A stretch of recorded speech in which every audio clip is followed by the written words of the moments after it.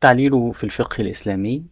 منذ نزول الوحي والفقه الإسلامي يبحث في أحكام الشريعة، لكن هناك بابا يكشف سر التشريع وحكمته.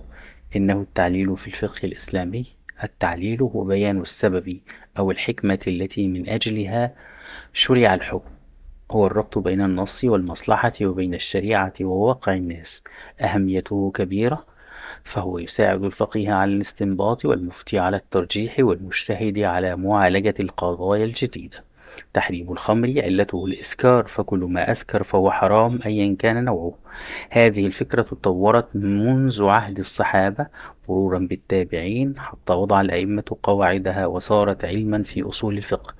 لكن للتعليل ضوابط: أن تثبت علته بدليل صحيح، أن تكون منضبطة، وألا تخالف مقاصد الشريعة. وفي عصرنا صار التعليل أداة مهمة لفهم قضايا الطب الحديث